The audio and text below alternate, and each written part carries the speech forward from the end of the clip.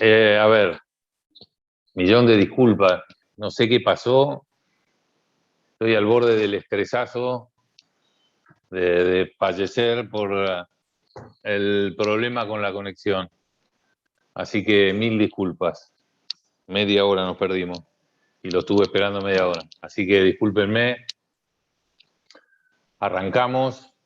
Esperen que sigo teniendo gente en sala de espera.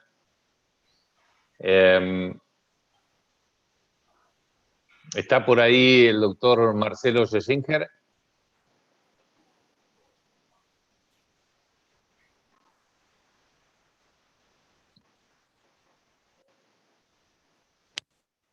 Acá estoy, tenía el micrófono apagado, Iván.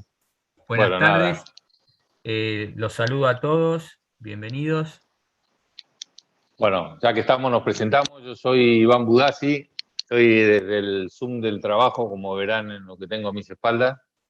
No sé qué pasó, no pudimos ver por qué no podía entrar, así que le pedí a Seba Ruiz que me haga la gauchada. Entró él, me hizo hospedador y acá estamos. Así que les pido mil disculpas, muchachos.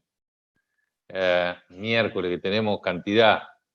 Bueno, y conmigo le pedí hoy que viniera a Marcelo Schlesinger, que está con el Zoom de su hijo, supongo, de Brian Schlesinger. Marcelo es camarista contencioso administrativo de La Plata, y un poco lo que le pedía a Marcelo es que en esta clase introductoria estemos juntos para charlar un poco de temas generales de la clase. Así que, Marcelo, charlemos, que esto sea una charla entre nosotros y que los alumnos lo que quieran preguntar, que se sientan libres de preguntar. La verdad que con 226 alumnos es inhumano dar clase y escuchar clase. Entonces, a ver, les cuento un poco la estructura de las clases primero que todo. Este año es la primera vez que vamos a dar la materia con programa 2020. ¿Qué quiere decir esto? Es un programa bastante más reducido que el anterior. Tiene una mínima introducción al tema de contratos y tiene también y deja de lado una parte sustancial del programa, que era la parte de procedimiento y proceso administrativo. Aquí está todo, vamos a dar con el grupo de profesores, en donde tenemos la suerte de tener dos miembros del Poder Judicial. Marcelo Schlesinger, como le dije, es camarista de San Nicolás, bahiense, y en situaciones normales viene a dar clase y toma exámenes con nosotros, porque él es bahiense de origen, exiliado en San Nicolás. Y después lo tenemos al doctor López Coppola, al juez contencioso administrativo, que también da clase con nosotros, que eso es de una gran utilidad, porque ellos, bueno, viven, trabajan y tienen una casuística, una gran cantidad de casos que resuelven en sus despachos día a día. Después está como adjunta Mónica Blanco, que Mónica, además de ejercer la profesión en materia de derecho administrativo, es abogada del puerto de Bahía Blanca, que tiene también una gran experiencia en el ejercicio de la función administrativa por algo que no es propiamente el Estado.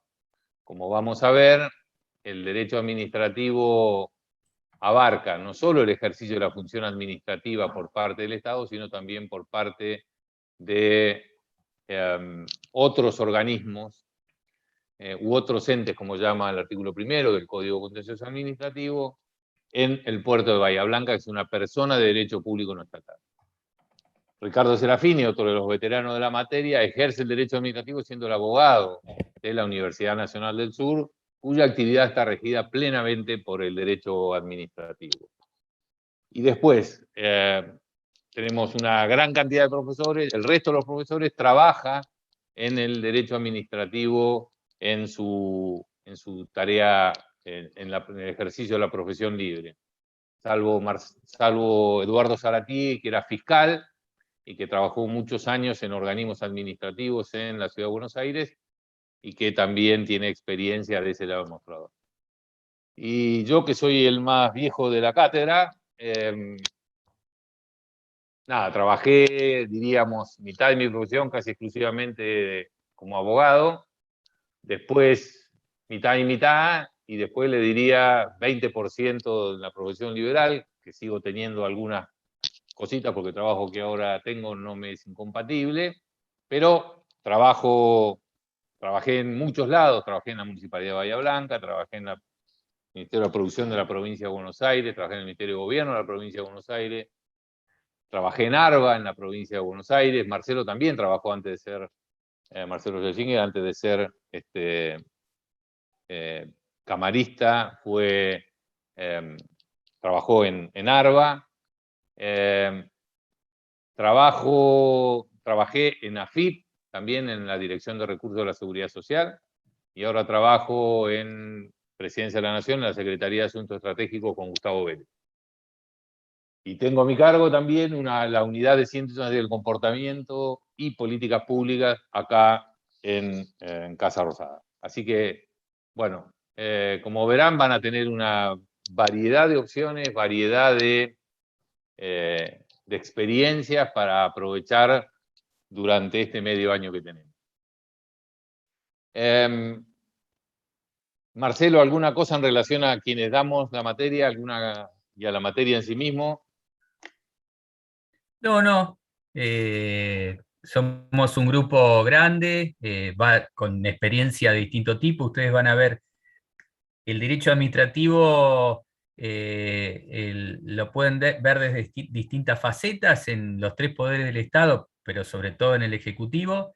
Y acá vamos, nosotros los integrantes lo vemos de un lado y del otro el mostrador.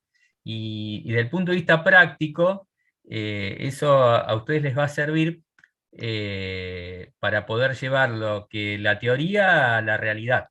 Entonces, bueno, eso lo veo como algo positivo, digamos, y no se priven de preguntar, digamos, tengan confianza para que puedan aprender. Nosotros le vamos a responder, y si no sabemos, lo buscamos y vamos a tratar de enriquecer esa pregunta. Bueno, eso nada más. Bueno, este año es recontra complicado con tanta gente ahí virtualmente. Nos vamos a tratar de organizar. A ver, estamos un poco choqueados por la cantidad. En realidad son 300, Marcelo, de los cuales hoy tenemos 220 y pico en clase presencial. Primero, en cuanto a la organización de las clases y los parciales. Bueno, las clases que vamos a dar de manera presencial o sincrónica van a ser básicamente un refuerzo o algo para aclarar lo que demos, los videos que nosotros vayamos subiendo.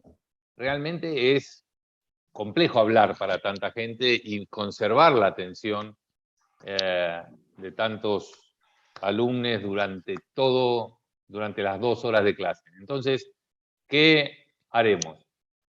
Por ejemplo, yo ahora colgamos hoy en la página cuáles son los videos de YouTube, el canal de YouTube que tiene la cátedra. Allí vamos a ir subiendo el material y también allí y vamos a actualizar con algunos fallos nuevos que han salido en este último año. Hay dos, sobre todo muy importantes, el de GBA, Marcelo, y después tenemos el de Pharmacity y algún fallo de la Corte de Provincia que tengamos que acordar de subir.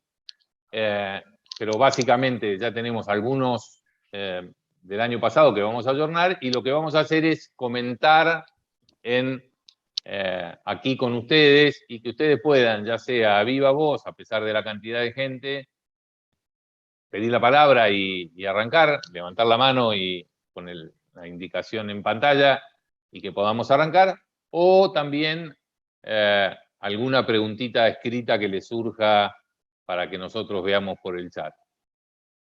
En cuanto a los parciales, con la cantidad este año tenemos que reformular nuestra forma de tomar, a ver si va a ser exclusivamente un multiple choice con un caso posterior, si van a hacer un caso posterior, si va a ser un caso que van a tener que resolver en determinado periodo de tiempo. Así que de acá, obviamente, un mes más o menos antes de los parciales, ya les vamos a pasar el detalle y las fechas, que vamos a colgar también en la página. Así que esto en cuanto al dictado de la materia. Marcelo, no sé si alguna otra cosa en cuanto a las charlas del dictado de la materia. No, no. Bueno. Nada. En cuanto a ya programarnos para las clases que vienen, si bien una cuestión logística no pudimos colgar el cronograma, la semana que viene va a estar colgado el cronograma de todo el año, con la fecha de los parciales y con las clases, y quién va a dar cada una de las clases, más allá que podamos variar por cuestiones de organización. Para la clase que viene hay dos videitos. Yo en general lo que trato de hacer es no dar videos demasiado largos de las 2 horas que dura la clase, sino fraccionarlo en 20 o 30 minutos. Hay dos videos, uno que se llama Petroquímica Bahía Blanca y otro el ejercicio de la función administrativa y el código contencioso administrativo. Esos dos videos van a ser para esta clase y la clase que viene. Y el otro es, digamos, hay una serie de 3 fallos que son como los básicos, los esenciales y los sustanciales que hacen al control judicial de la administración pública, que son el fallo Fernández Arias, Litoral Gas y Estrada. Hay otra cosa importantísima que les quiero decir y que me vuelvo loco cuando tomo exámenes. En el campo se dice el que avisa no traiciona. En el programa de la materia hay algo que se llama fallos esenciales. Los fallos esenciales, está dicho en el programa, son aquellos que los vamos a tomar de forma detenida. Los vamos a preguntar por qué. Son 10, 12 fallos esenciales. ¿Por qué esos fallos son tan importantes? Porque no solo por la trascendencia que han tenido en el derecho administrativo, sino porque tratan un montón de situaciones. Con uno solo de estos, en cada uno de estos fallos tienen 3 o 4 elementos sustanciales que están desarrollados. Y les leo qué dice de fallos esenciales el programa. Dice: estos fallos se analizarán y preguntarán en profundidad y abarcan varios aspectos del programa, varios puntos del programa. Se recomienda reconocer cuál es el holding de la sentencia y cuál el obiter dictum de cada una de ellas. Muchachos, son 10 fallos. Esto le tienen que poner pila. Y tienen que saber también, en estos fallos en particular, cosa que por ahí en el resto no preguntamos, pero en esto sí, cómo es el transcurso general de lo que pasó en ese fallo. Es decir, qué pasó en primera instancia, sobre todo el íter procesal, porque allí dentro, por ejemplo, en el fallo Estrada, por usar, digamos, uno de los más importantes de la materia, bueno, ahí tienen cómo se revisan los actos administrativos dentro de la administración pública, cómo se sustancian el recurso de alzada dentro de la administración pública, cómo existen los recursos directos entre determinadas decisiones de la administración pública y las cámaras. Entonces, estos fallos, reitero, en los parciales y en los finales se preguntan sí o sí. Y acá no podemos tener flexibilidad. ¿Por qué? Porque estamos advirtiendo con antelación de que son importantes. Entonces, no solo es importante lo que se decide, sino saber, en el caso de que hayan diferentes votos, qué votos hay, reitero, son 10 o 12 de toda la carrera, de toda la materia. Esto los exprimimos. Con el resto que sepan el concepto y más o menos qué deciden o hacia dónde van, o la doctrina de que estamos hablando, bueno, con eso quizá ya nos damos por satisfechos. Pero en estos somos muy exigentes. Y creo que este año, Marcelo, tenemos una reunión de cátedra la semana que viene y vamos a incorporar al menos el fallo Gobierno de Buenos Aires contra Estado Nacional, que es el fallo en donde la Corte Suprema de Justicia de la Nación analiza el DNU de la pandemia. Así que allí tenemos un nuevo fallo que quizá lo incorporemos. Pero por el momento tenemos estos fallos esenciales que vamos a preguntar en profundidad. El otro tema que todos ustedes con justa lógica van a preguntar y preguntan siempre, que es qué bibliografía es la de la cátedra, o cuáles son los autores que nosotros seguimos, o qué es lo que nosotros tomamos, o en base a quién. Bueno, la verdad es que no tenemos un libro de cátedra. ¿Y por qué no lo tenemos? Porque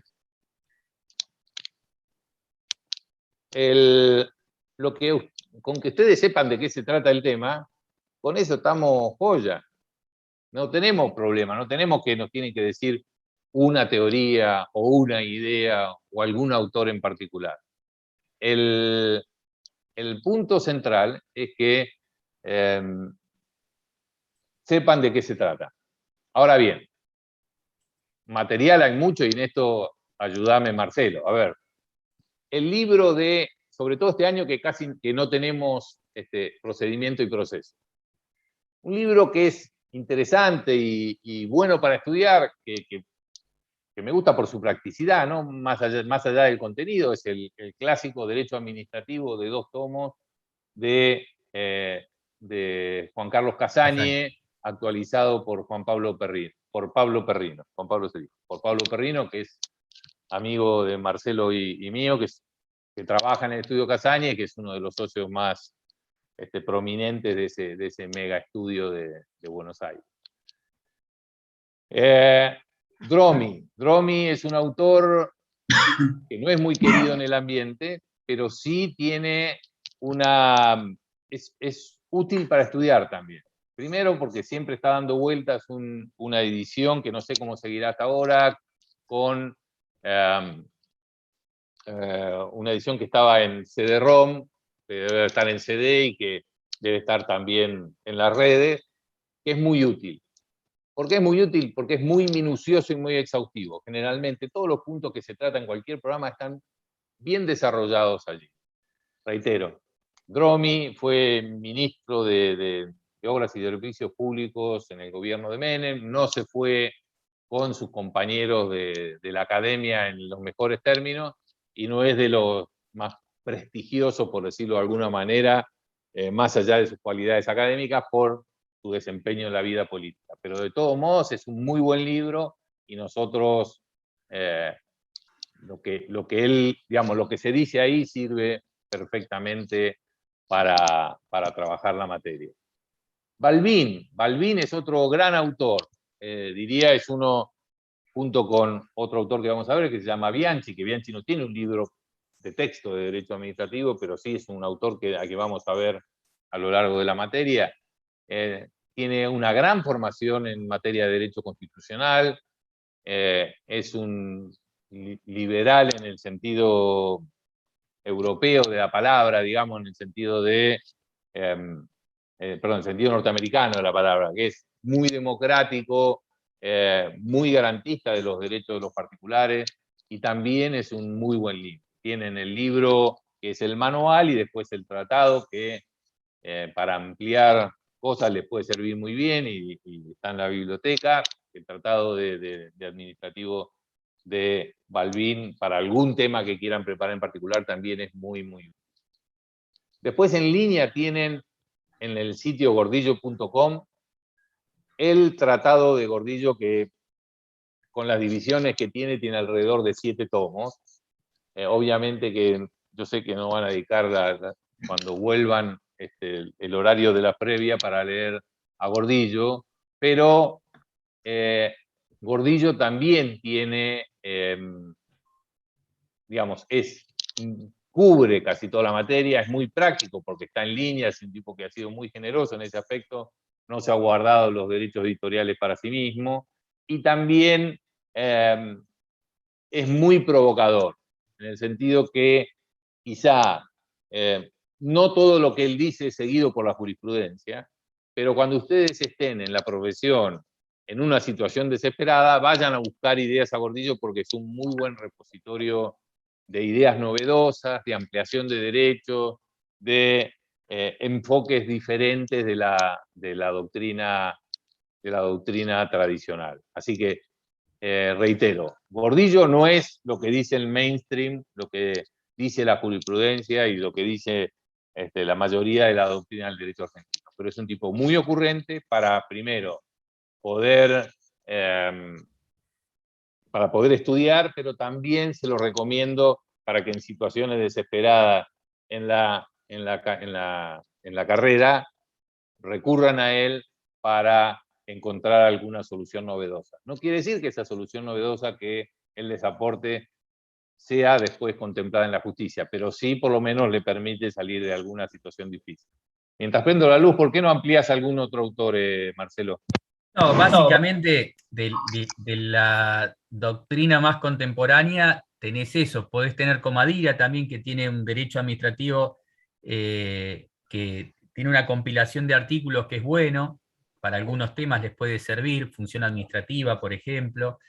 Hay otros libros de derecho administrativo, no sé ahora en la biblioteca si está García Puyés, pero el de Balbín es el más actual. Gordillo lo tiene actualizado. Y Casañe también es una edición que se va actualizando. Dromi no sé cuál es la última versión, pero es un manual muy práctico. Pero bueno, el de Casañe es muy bueno, es muy claro, es profundo. Y el de Gordillo es muy accesible, lo tienen todos disponibles en internet. Y el de Balbín es una visión distinta, pero muy buena del derecho administrativo. Lo vio desde otra óptica, tiene otra pluma, no tan clásica. Pero bueno, todos los temas están, por ahí en Casañe no está contratos administrativos, tiene un libro que es contratos administrativos aparte, no lo trata, entonces van a tener que ir a buscar a otros lugares. Sí, pero este año prácticamente vemos muy poquito de contratos administrativos. La Bien. materia ha sido mochada, diría, en un 40%, así que todos estos libros le pueden resultar de mucha utilidad. Allí me preguntan cuál es la última edición de Balbín, la verdad que no la tengo a mano, después me lo anoto y se los cuento para la próxima clase. Ya te digo, ya les decimos. El manual. Después hay otro.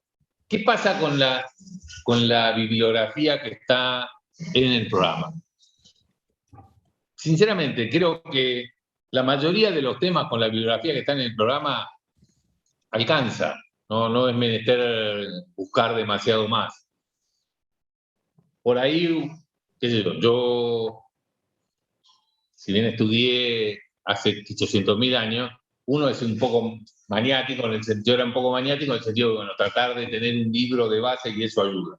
Pero los textos que hemos vuelto que se han pasado del año pasado a la página, que están colgados allí, los PDF, esos, básicamente allí está la mayoría de los temas tratados y tratados bien. Porque básicamente lo que nosotros le decimos es, no hay un libro de cátedra, no hay una opinión unánime que tienen ustedes que decir o estar de acuerdo o en desacuerdo. Conociendo los temas es suficiente. ¿Alguna otra cuestión? Bueno, los fallos. Sí, Iván, la cuarta edición es del 2018. Hay una cuarta edición. Sí. Del manual. Del manual. Ajá. Creo que la última del tratado, 2015, una cosa así, 2016. Puede ser, sí, creo que es la que yo tengo ese tratado, digamos. Bueno,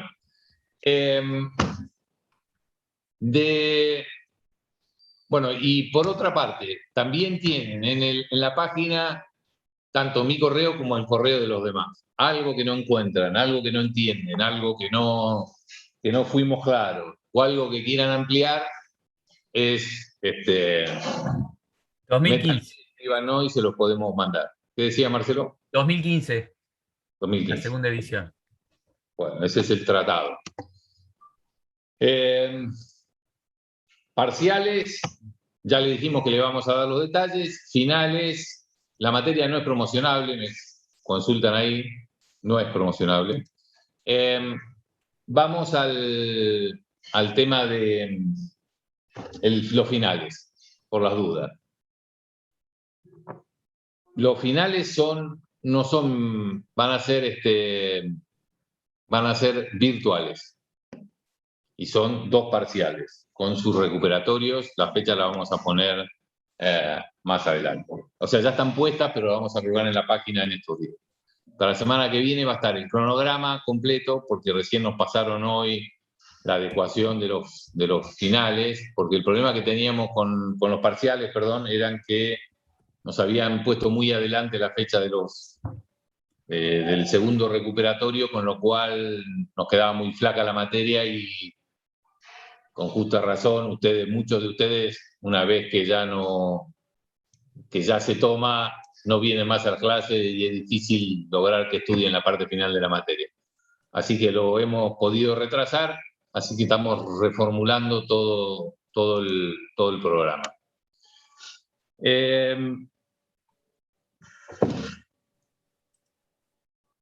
Tema bibliografía, material, materia, ¿alguna otra cosa, Marcelo, que te parezca?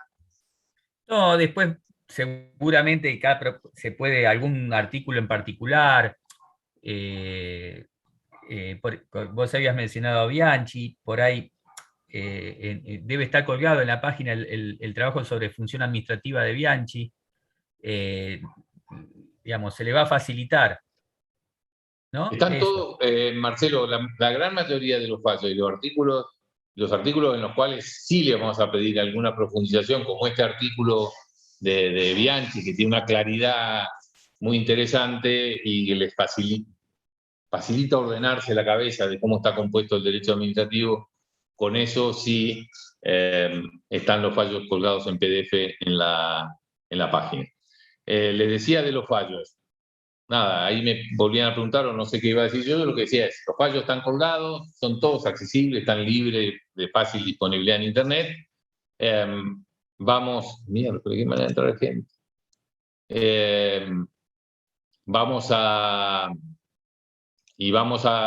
decirles cuáles se van a tomar. Pero los esenciales son esenciales, valga la redundancia, y se lo digo por enésima vez, porque me preocupa cuando vienen al examen y me dicen, no lo sé, ¿qué quiere que te haga? Te avisamos.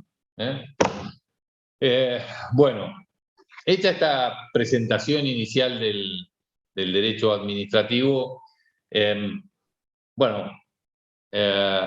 básicamente el derecho administrativo es el derecho constitucional bajado a la realidad. Así como el derecho constitucional tiene una parte muy estructural, donde habla... El programa está, ahí me preguntan si lo vamos a subir. Lo vamos a subir a Moodle, está también en Internet, está en la página de la universidad, lo subo ahora. No, sabía que lo necesitaban, ya se los cargo porque está disponible en Internet. Ya se los paso. Lo vamos a cargar también. Volviendo al derecho administrativo, como decía, es donde los derechos más puestos en letras mayúsculas para el derecho constitucional se efectivizan por medio del derecho administrativo. Pero dentro del derecho administrativo argentino se ha dado una particularidad muy rara, podemos decir. Así como tenemos un derecho administrativo que nadie duda y que todos los autores, y nosotros mismos lo reconocemos como un derecho administrativo norteamericano, el derecho administrativo en la Argentina, a partir de la década del 40, del 30 y del 40, empieza a instalarse en la Argentina y sobre todo de la mano de quien podemos reconocer no solo como el tío abuelo del mejor técnico que ha tenido la selección argentina de fútbol, Bielsa, en mucho tiempo.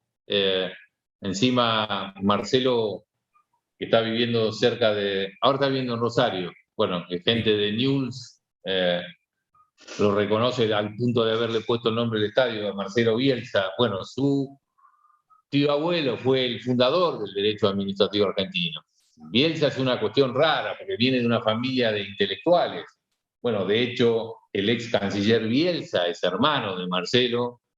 La primer ministro de Vivienda de la República Argentina, que renunció al año de asumir y que es una dirigente muy importante de la provincia de Santa Fe, es hermana de Marcelo Bielsa, y el que se dedicó al fútbol, la oveja descarriada de la familia, fue Marcelo Bielsa, pero ustedes verán que no es un director técnico de fútbol común y silvestre.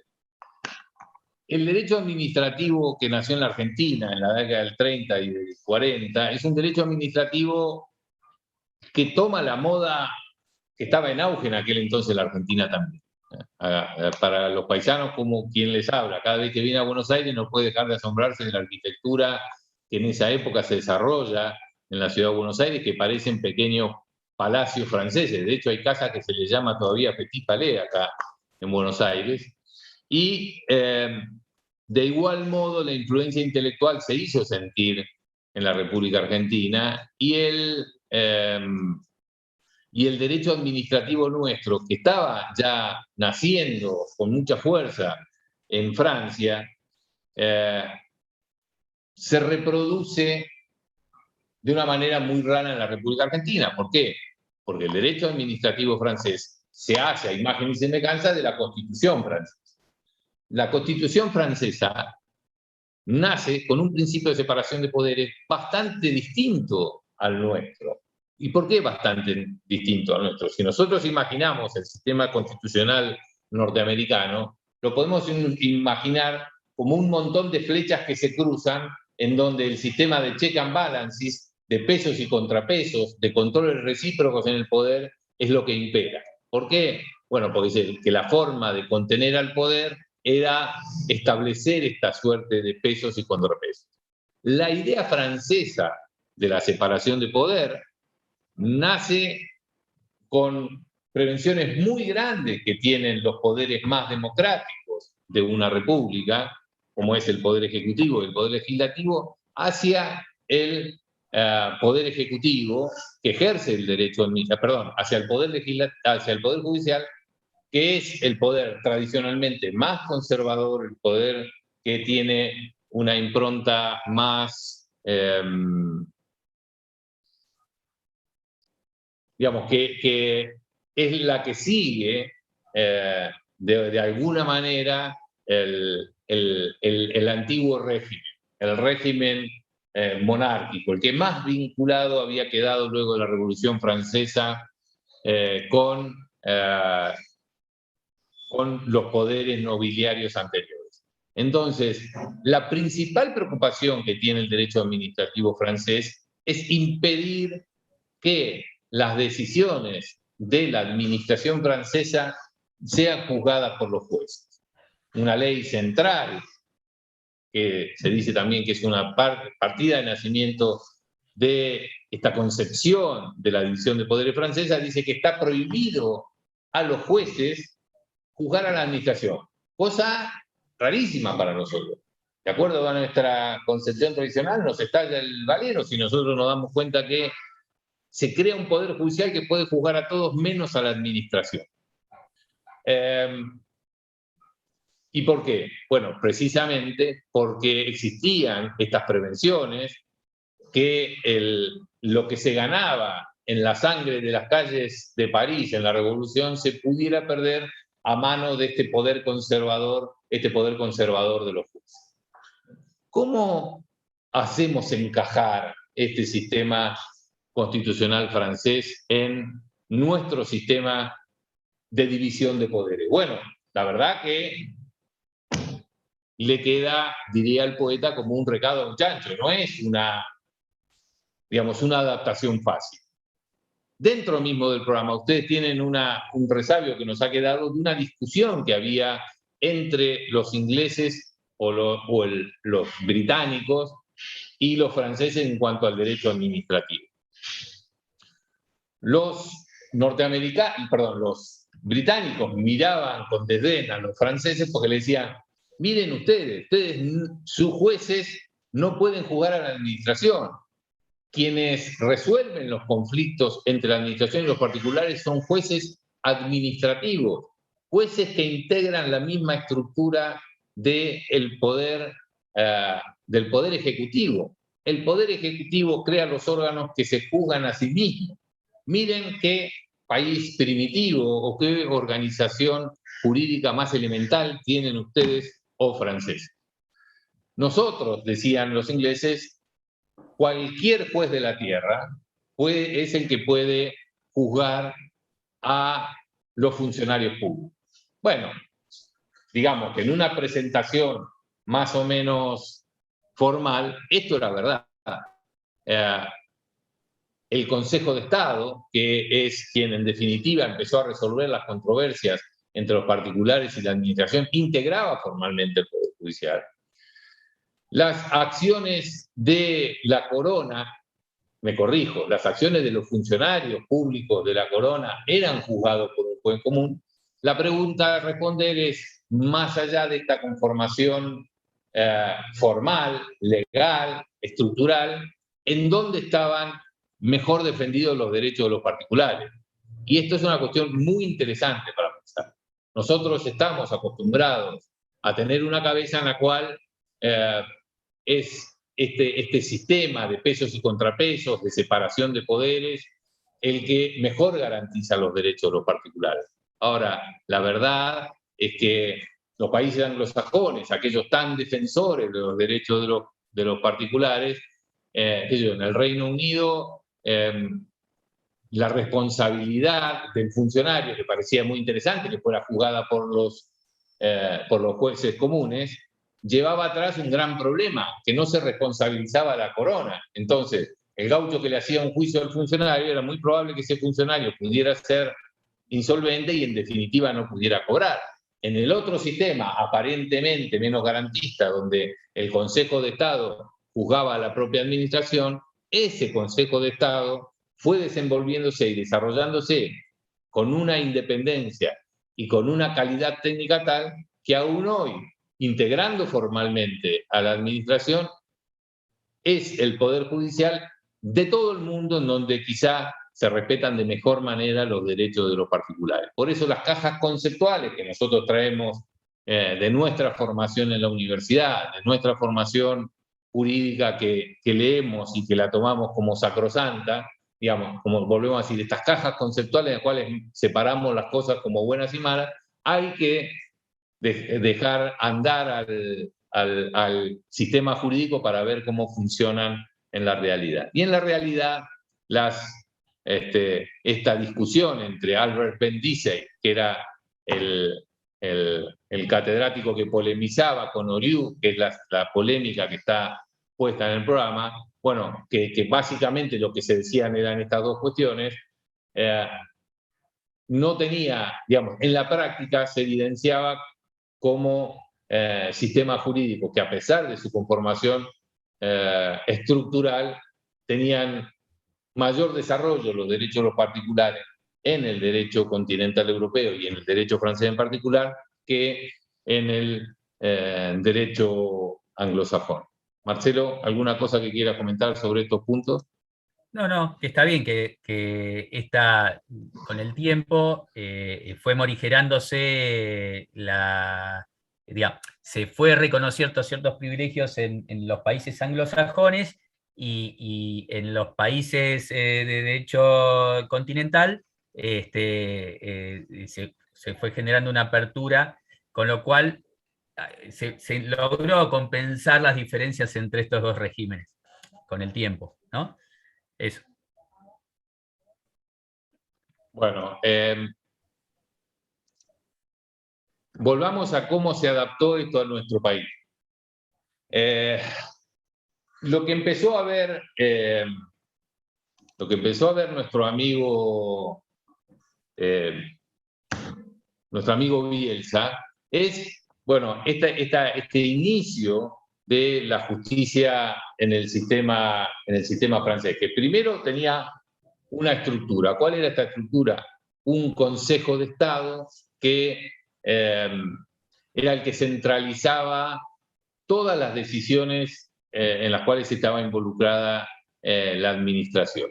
Y propugnó para la Argentina la realización de una estructura de juzgamiento de la administración bastante similar. Ahora bien, ¿cómo adecuar esta institución del Consejo de Estado a la República Argentina, una República Argentina donde imperaba el principio de separación de poderes? Bueno, buscó algo que más o menos se pudiera parecer a eso, es decir, concentración y capacidad técnica. Entonces, el derecho administrativo de las provincias se copió ese sistema del derecho administrativo francés. Centralizó en las Cortes Supremas de las provincias todo el funcionamiento y el juzgamiento de las cuestiones de derecho administrativo en todas las provincias argentinas. El ejemplo más clásico fue el de la provincia de Buenos Aires. La provincia de Buenos Aires, con el Código Varela del año 1905, otorga la competencia contencioso administrativo de manera originaria, lo tramitaba como si fuera un juzgado de primera instancia, a la Suprema Corte de la provincia de Buenos Aires. Este sistema de unificación de juzgamiento contencioso administrativo en la provincia de Buenos Aires se mantuvo, muchachos, hasta el año 2003. Desde el año 1905 hasta el año 2003. A pesar de que en el año 1994 se sanciona la Constitución y a partir de que el año 1997 la Constitución de la provincia de Buenos Aires decía que ya tenía que regir un derecho administrativo descentralizado con una estructura judicial clásica como la que rige en el resto de las materias que juzgan los tribunales bonaerenses. Bueno, hubo que hacer una acción judicial importante por parte del Colegio de Abogados de la provincia de Buenos Aires, que la Corte tomó una decisión muy fuerte de intimar a los poderes públicos a poner en marcha el fuero contencioso administrativo bajo percibimiento de ponerlo en marcha por sí mismo. Miren qué activismo por parte del Poder Judicial, de la Corte Suprema de la Justicia de Buenos Aires, qué decisión política tan trascendente que le dijo a los poderes públicos: si ustedes no lo ponen en marcha, lo pongo en marcha yo. Una cosa loquísima. No sé si te acordás, bueno, vos fuiste protagonista de todo este litigante. Sí, sí. 5 años duró la demora en la puesta en marcha del fuero desde la designación de los jueces. Y después de muchas presentaciones judiciales a través del Colegio de Abogados, y con un reclamo administrativo que nosotros también hicimos, los jueces en aquella época, no estaban las cámaras designadas, éramos los jueces de primera instancia en aquel entonces. El Colegio de Abogados tomó la posta y inició una demanda ante la Corte. No existía el fuero, era competencia originaria, un amparo, en realidad. Y bueno, la Corte el 19 de marzo del año 2003 sacó esa sentencia. Antes había habido un amparo ante la casación penal que habíamos articulado, que se declaraba incompetente, pero ponía en evidencia la demora y la ilegalidad de lo que estaba sucediendo. Sí, sí, me acuerdo perfecto. Fui parte del problema. Es muy interesante, muchachos, cómo el Poder Judicial, cuando quiere tomar una decisión, juega, como dicen el tenis, juega al fleje, juega al límite. Imagínense el despiole institucional que significa que la Corte le vaya a decir a los poderes públicos que si no disponen de los fondos para crear un fuero, ella va a disponer de los fondos presupuestarios e imponer obligaciones para que se den los fondos presupuestarios para crear un fuero contencioso administrativo nuevo. Iván, sí. No faltaba presupuesto, el presupuesto estaba asignado, de hecho habían implementado los juzgados. Era netamente una decisión política Y el argumento que nosotros utilizamos el amparo era acompañar los expedientes con los gastos presupuestarios, o sea, estaba presupuesto asignado y hasta dónde habían gastado, con lo cual se desbarataba el fundamento discursivo, ¿no? Y entonces, bueno, fue la lucha más la decisión política e institucional de la Corte que permitió que se pusiera en marcha. Y que la Corte tenía un juez netamente convencido de la necesidad de trabajar en estos temas, que había participado en la Convención Constituyente como el juez Soria. Ustedes van a ver que de hecho, Iván, fue el autor de la versión del artículo 166, último párrafo, que es el que establece el fuero contencioso administrativo. El doctor Soria fue el autor, fue la versión de él la que quedó plasmada en la Constitución.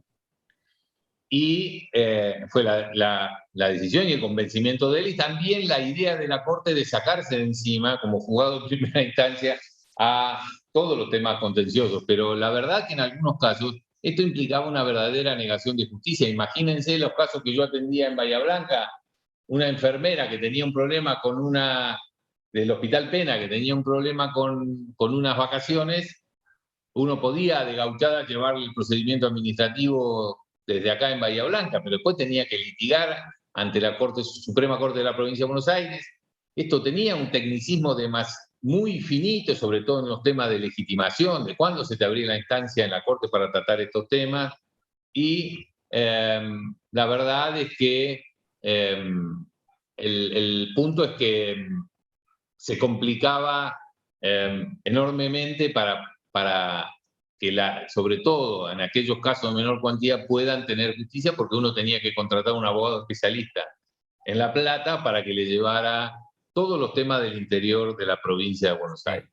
Entonces, el sistema en la provincia de Buenos Aires se desconcentró, se estableció en la ley que está vigente en la actualidad, la ley 13.008, que también salió luego de mucha batalla en la cual también estuvimos implicados. De hecho, a la reunión bicameral que se hizo en la legislatura de la provincia de Buenos Aires fue Pablo Perrino y fui yo en representación del Colegio de Abogados.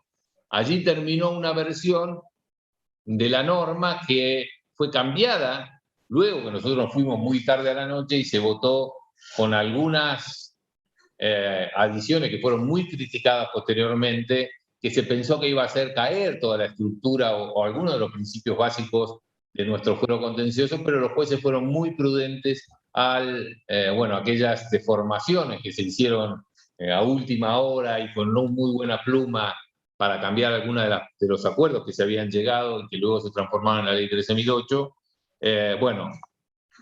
Con esto se logró que en el año 2003 el fuero contencioso administrativo empezara a funcionar de la siguiente manera.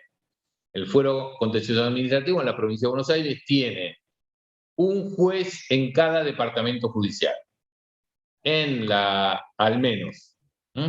Por ejemplo, en la ciudad de Bahía Blanca existe un juzgado contencioso administrativo. En algunos juzgados donde la carga de trabajo es mucho más amplia, existen más de uno. ¿A dónde les parece que la carga contencioso administrativo es más importante en toda la provincia? La Plata. En La Plata, obviamente. Porque allí es donde mayoritariamente se juzga la actuación del Poder Ejecutivo de la provincia de Buenos Aires y los otros poderes públicos cuando están regidos por el derecho contencioso administrativo. ¿Cómo es la distribución de juzgados, Marcelo, en la actualidad? Son 25. Ahora están vacantes algunos, que hay jueces subrogantes en algunos y otros no. El de San Martín hay jueces subrogantes, son 25. En realidad, en teoría son 19 departamentos judiciales, pero 18 efectivos del contencioso. Y tenés más de un juzgado. En La Plata hay 4, en realidad hay 2 jueces porque hay 2 vacantes. En Mar del Plata hay 2, en los que siguen hay 2. En Mar del Plata hay 2, en San Martín hay 2, en San Isidro hay 2 y en Lomas hay 2.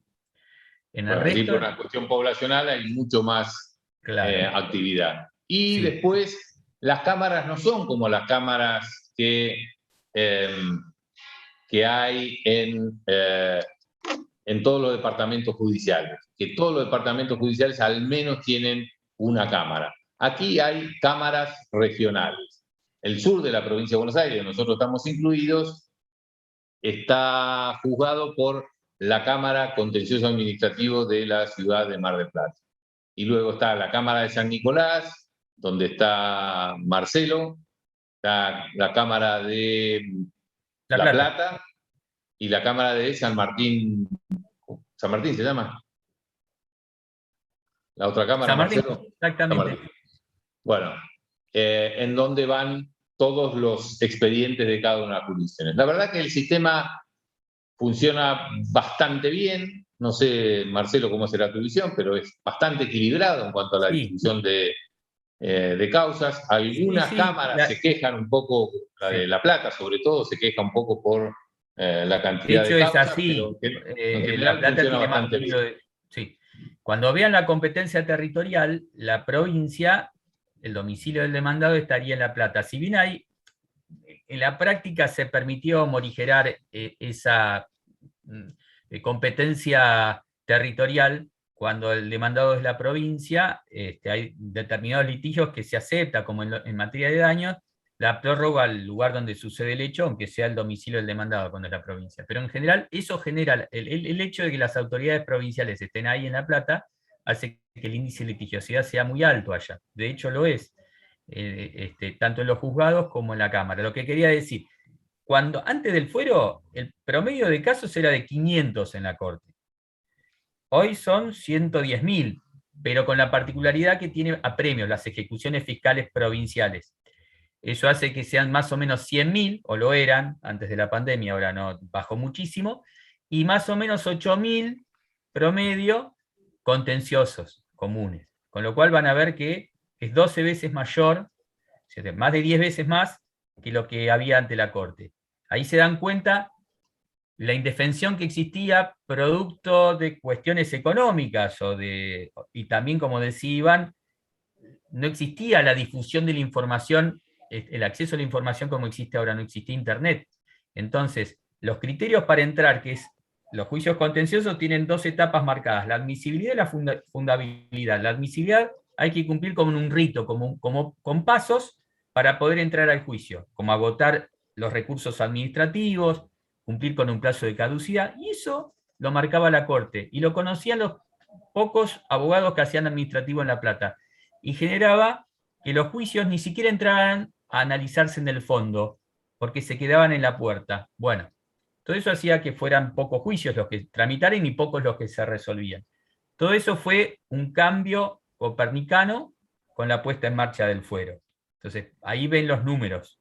O sea que son 8.000 expedientes por año que se inician en la... Más o menos, sí, tendría que ver los números ahora, pero... Sí, pero es una buena idea, digamos, y el resto son 110.000 que son ejecuciones fiscales. Sí, más o menos eso. Más o menos.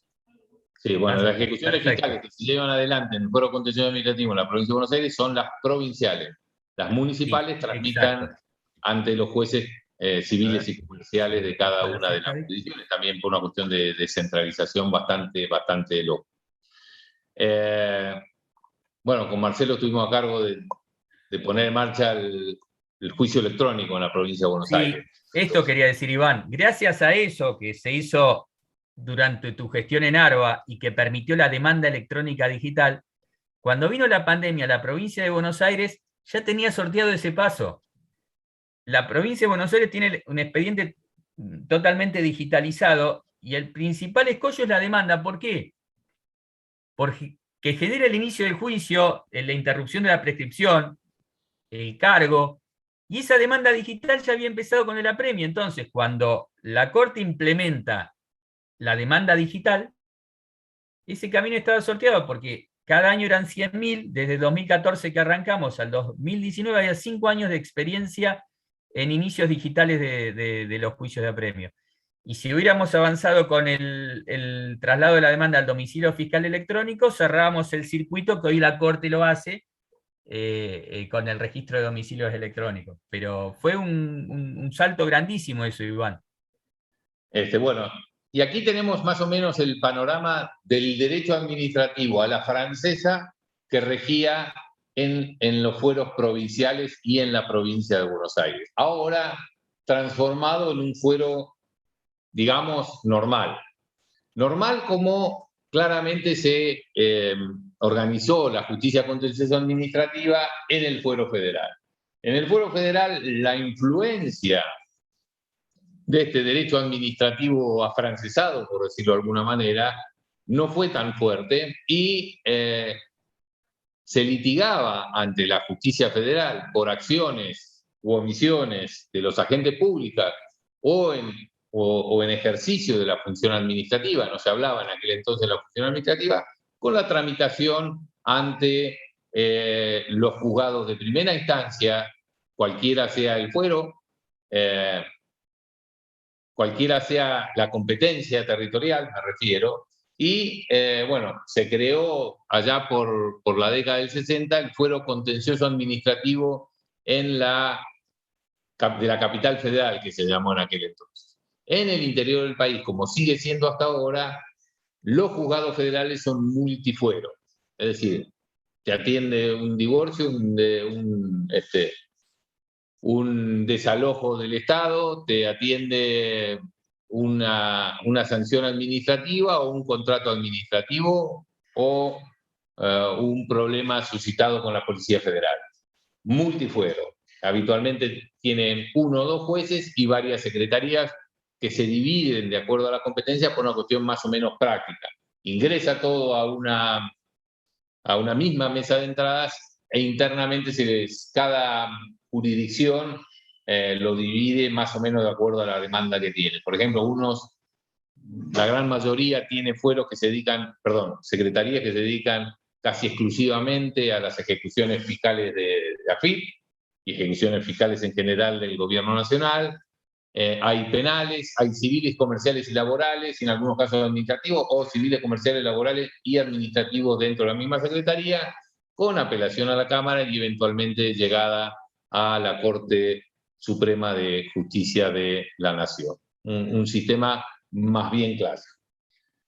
Ahora bien, el fuero contencioso administrativo de la capital federal se crea precisamente porque, estando la sede del gobierno federal en la ciudad de Buenos Aires, allí es donde se radicaban la mayor cantidad de expedientes. Y fue el fuero contencioso administrativo de la ciudad de Buenos Aires, de la capital federal, el que fue moldeando los principios jurisprudenciales que finalmente dieron lugar a las creaciones de los códigos contenciosos administrativos más modernos en la República Argentina, como nuestro Código Contencioso Administrativo, que es unánimemente calificado como muy bueno y como muy aperturista. Primer punto a destacar es que en el fuero federal no existe un Código Contencioso Administrativo. Es decir, el Código Civil y Comercial, Código Procesal Civil y Comercial, es el que se aplica para las demandas contencioso administrativo. Y fue la práctica de los juzgados contenciosos administrativos en la capital federal la que fue moldeando las instituciones que luego se transformaron en leyes, como la ley inicialmente la ley de demanda contra el Estado, luego las leyes la ley de demanda contra la Nación, pero más modernamente, ya con el fuero contencioso administrativo en funcionamiento, con la ley de medidas cautelares contra el Estado, o cómo se regularon las medidas cautelares en la provincia de Buenos Aires, o los requisitos de admisibilidad y agotamiento de la vía. Bueno, esos fueron todas creaciones jurisprudenciales que finalmente se plasmaron en los códigos contenciosos administrativos. Y reitero, en el fuero federal no existe un código contencioso administrativo que le diga cómo tienen que ser dirigidas las demandas contra el Estado. Han habido una gran cantidad de intentos de sancionar un código contencioso administrativo para el fuero federal. En la actualidad existe uno, Marcelo, que tiene estado parlamentario, pero realmente hay que pensar cuáles son las circunstancias políticas que hacen que esto nunca se pueda llegar a concretar. Esta visión de este doble derecho administrativo, por decirlo de alguna manera, algunos más afrancesados o más dirigidos, y con esto vamos terminando la clase, digamos, porque me interesa saber, hoy estuvimos hablando de autores. Iván, esto Sí. quería agregar. A partir del Código Varela, digamos, de Francia pasa a España. Francia no es un poder, una forma de organización, mantuvo la separación poder ejecutivo, poder judicial. Y en España adoptan, esto quería decir, un sistema judicialista. Y de ahí viene a la Argentina. El Código Varela toma una ley vieja del año 1888, que después, digamos, es la base del sistema judicial español, que es la ley de Santa María de Paredes. Y ese sistema judicialista, nosotros muchas veces se recurre al derecho español para ver cómo se comporta. Porque la versión europea de Francia pasa a España y nosotros tomamos más la versión española, digamos, provincial básicamente. Y bueno, después de la provincia de Buenos Aires se fue replicando en aquella época en otras provincias. Después vinieron los códigos modernos. Pero digamos, también es importante la influencia española en el derecho contencioso administrativo nacional. Eso quería agregar, Iván. Digamos, esta doble influencia también marca un poco cómo se fue dividiendo la doctrina del derecho administrativo en la Argentina. El fundador del derecho administrativo argentino, con su, digamos, pico en la producción jurídica en los años 50 y 60, fue Bielsa, Rafael Bielsa, este intelectual santafesino que trae las principales instituciones del derecho francés de la República Argentina y ejerce una enorme influencia en el futuro del derecho administrativo en la Argentina.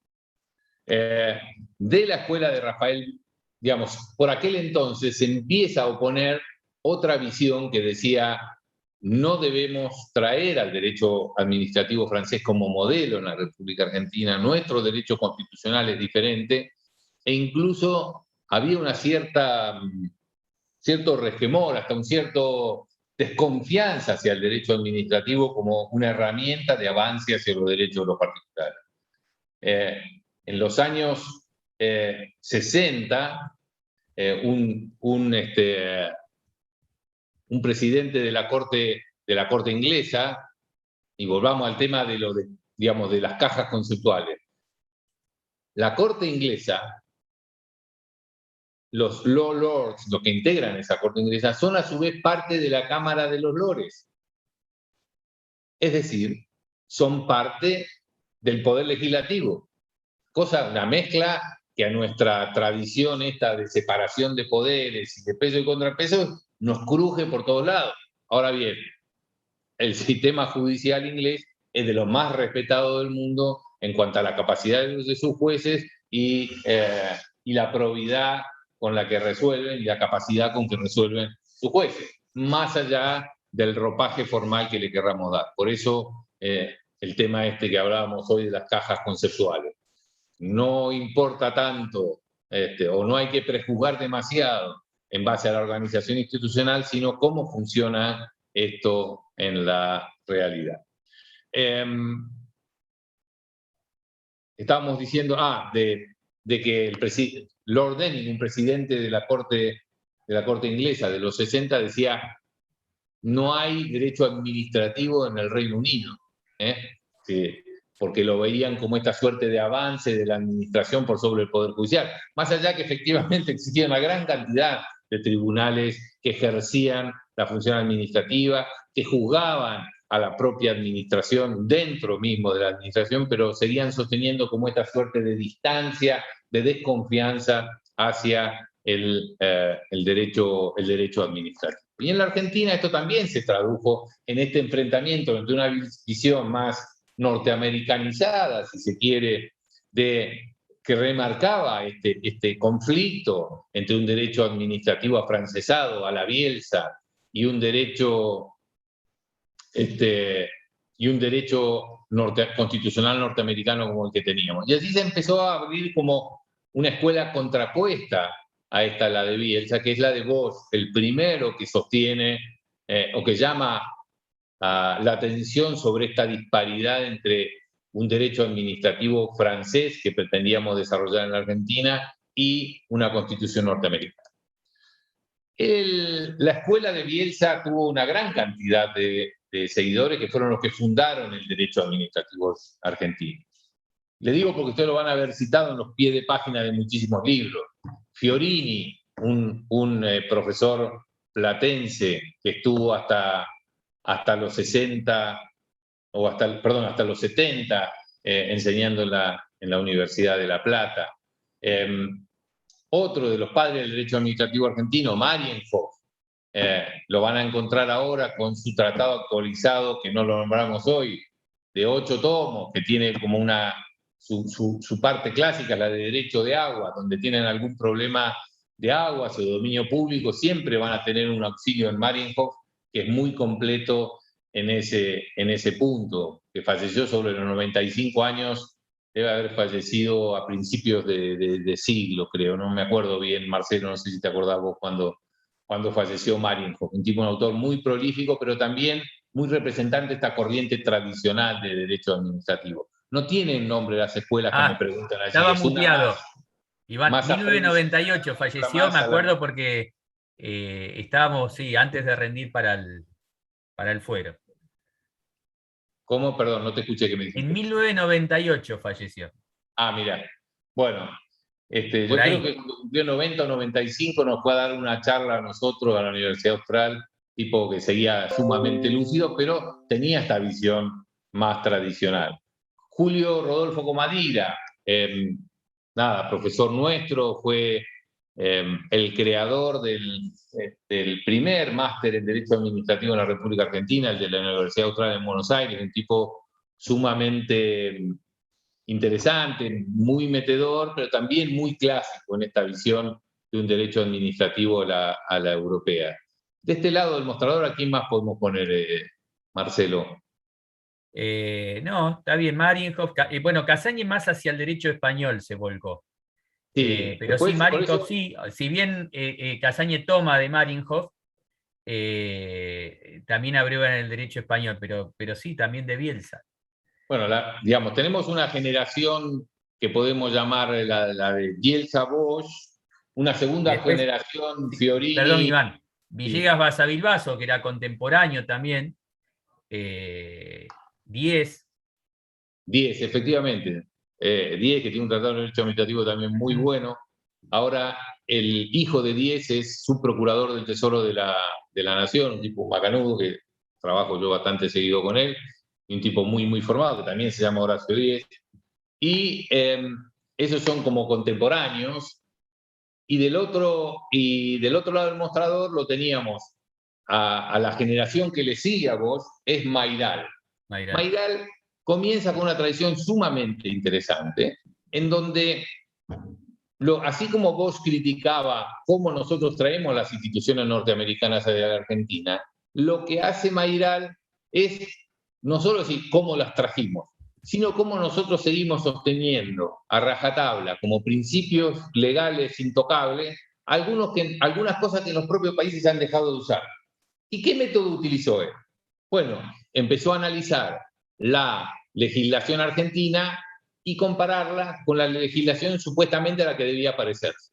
En todos los temas, tema de legitimación, tema de admisibilidad de la demanda. Es decir, primero, ¿quién puede demandar? Segundo, ¿cómo se agota la vía administrativa? ¿Qué requisitos hay que cumplir? Tercero, ¿cómo son las demandas o qué es lo que se puede pedir? ¿O cuáles son las facultades de la administración en la modificación de determinados actos administrativos? Todas las grandes instituciones del derecho administrativo lo fue analizando a la luz de la legislación española, francesa sobre todo, pero también española y norteamericana, y alemana en algunos casos, y española. Ese fue un libro basal, sustancial del derecho administrativo argentino, que se llama Control Judicial de la Administración. Más acá en el tiempo, quien heredó esa tradición fue Guido Santiago Tauí, con quien yo di clase muchos años en la Universidad Austral, más de 10, y que luego fue árbitro internacional. Bueno, Tawil también lo que hace es actualizar esa visión del control judicial de la administración pública de Mayral y volver a realizar estas comparaciones. ¿Para qué? Para ver que las cajas conceptuales en las cuales nosotros, o el derecho administrativo argentino, quería seguir metiendo a estas instituciones, no habían evolucionado a la par que habían evolucionado para defender de mejor manera, sobre todo los derechos de los particulares, aún en los países de los cuales eran originarios. Nosotros en algunas cosas éramos más franceses que los propios franceses. Algunas cosas que los franceses ya habían dejado de sostener, nosotros seguíamos aferrados como a un rencor y la seguíamos manteniendo en la República Argentina como principios inalterables del derecho administrativo cuando habían avanzado en otros momentos. Porque, muchachos, una de las cosas maravillosas y, digamos, la grandeza y la miseria del derecho administrativo es genial porque es un instrumento de poder vinculado a la política, y a veces es descorazonador porque es un instrumento vinculado a la política y vinculado al poder.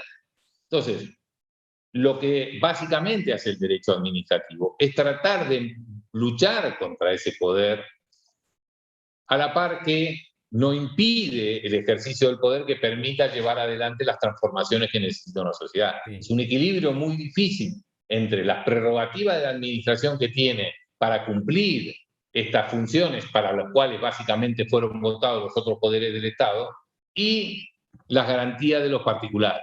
Un balance claramente difícil, muy influido por la situación política en cada uno de los países, y estos avances y retrocesos están vinculados en algunos momentos a el ejercicio del poder que se realiza en determinados momentos, sobre todo cuando las instituciones democráticas no están muy avanzadas, una lucha entre una pulsión democrática y los resabios nobiliarios o reales. Y más aquí, cuando ya hay una democracia consolidada, entre las diferentes ideologías, aquellos que buscan reforzar el poder estatal y los que buscan, por otro lado, ampliar la garantía de los individuos. Aquellos que buscan un Estado que intervenga con mayor presencia y otros que buscan un Estado más mínimo, más retraído. Y esto se ve en las oscilaciones que hace el derecho administrativo. El derecho norteamericano, por ejemplo, es un derecho muy influenciado por estas cuestiones, sobre todo porque el poder que tiene la Corte para moldear el derecho constitucional y las diferentes mayorías, como ellos llaman liberal, que serían socialdemócratas o más tirado al centro izquierda, y las mayorías conservadoras provocan también un impacto muy fuerte en estas diferentes visiones del derecho administrativo.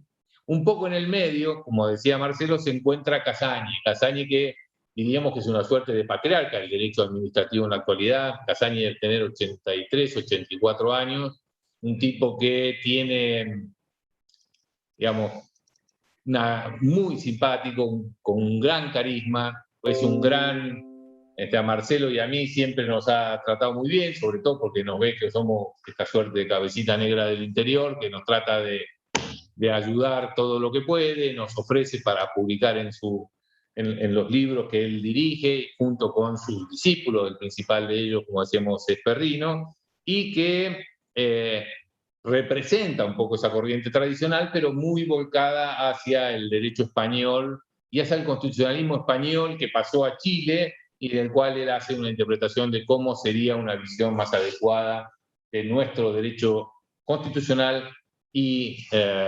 administrativo.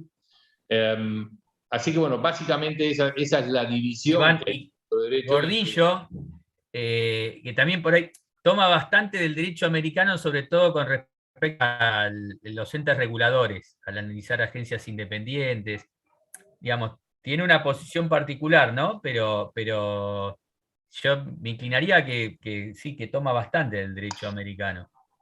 Sí, y lo que me olvidé decir también, que menos mal que me lo recordó Marcelo, Gordillo es uno de los jugadores más importantes de la teoría del derecho administrativo argentino. Bueno, Gordillo hizo mucho por el fuero, muchísimo para que salga el fuero. Él luchó muchísimo, muchos de los jueces, sobre todo en aquellas jueces de primera instancia que tuvieron en su momento, fueron discípulos de él. Está bastante chiflado, bastante peleado con toda la élite del derecho administrativo argentino. tipo como muy polémico, pero muy interesante y, como decíamos hoy, muy creativo y que les puede servir para buscar soluciones o que les dé idea para pelear temas cuando están en una situación comprometida. Entonces, este es el panorama general del derecho administrativo. No sé si se me habrá escapado alguna estrella que esté surgiendo en estos momentos que pueda ser considerada. Pero básicamente, esto ¿saben por qué? Porque para cuando ustedes lean, sepan qué es lo que están leyendo. Estamos haciendo una visión muy simplificada realmente del Sí, derecho esto te iba a administrativo. decir, Iván. Balbín hace un análisis del derecho local, digamos, muy bueno, pero no es que se apoya básicamente, creo, en lo de afuera, digamos. Hace un análisis constitucional del derecho administrativo que está muy bueno. Claro, él está como muy influido, creo, Marcelo, por esta escuela que creo que ustedes deben haber visto algo de, digamos, esta visión de Nino Rosencrantz, Sí, de Yale, del derecho constitucional, y lo pasa al derecho administrativo. Bien, dice Marcelo, en el sentido que él no es un gran buscador de fuentes extranjeras, pero a la luz de un derecho administrativo más amplio, más protector de los derechos de los particulares, menos, me salía la palabra autoritario, pero no sé si es esa, menos dirigista, si se quiere, él desarrolla una teoría del derecho administrativo bastante moderna y novedosa. Y recuerden que ustedes por allí deben haber escuchado, hay un tal Ricardo Balbín que fue como el contendor político o la contrafigura de Perón desde el 55 hasta que murieron más o menos contemporáneamente en los años 73-74. Este es un sobrino nieto de él, es de una estirpe radical muy acendrada, y debe decirse que, digamos, por su calidad técnica fue designado procurador del Tesoro de la Nación, y también por su calidad técnica y por sus principios tuvo algunos disensos, tanto en el aspecto doctrinario como de interpretación en el gobierno pasado, y él renunció en un momento complejo. Y la verdad que debo decirle que es difícil renunciar al puesto de procurador del Tesoro. ¿Por qué? Porque es el sueño de cualquier administrativista. Es el lugar donde se desarrolla el derecho administrativo en la República Argentina. El procurador del Tesoro es o debiera ser el abogado del Estado, es o debiera ser el abogado del presidente. ¿Y por qué digo debiera ser? Porque la verdad es que en los últimos tiempos, 10, 15 años, no sé si Marcelo estará de acuerdo, nunca lo charlamos, se ha desvirtuado un poco esto porque los presidentes tienen aquí en Casa de Gobierno su secretario legal y técnico, que pasa a ser el abogado de confianza del presidente, y se ha separado esa figura del asesoramiento de tipo político y de confianza, que era el que tenía tradicionalmente la figura del procurador en la República Argentina. Era como su abogado.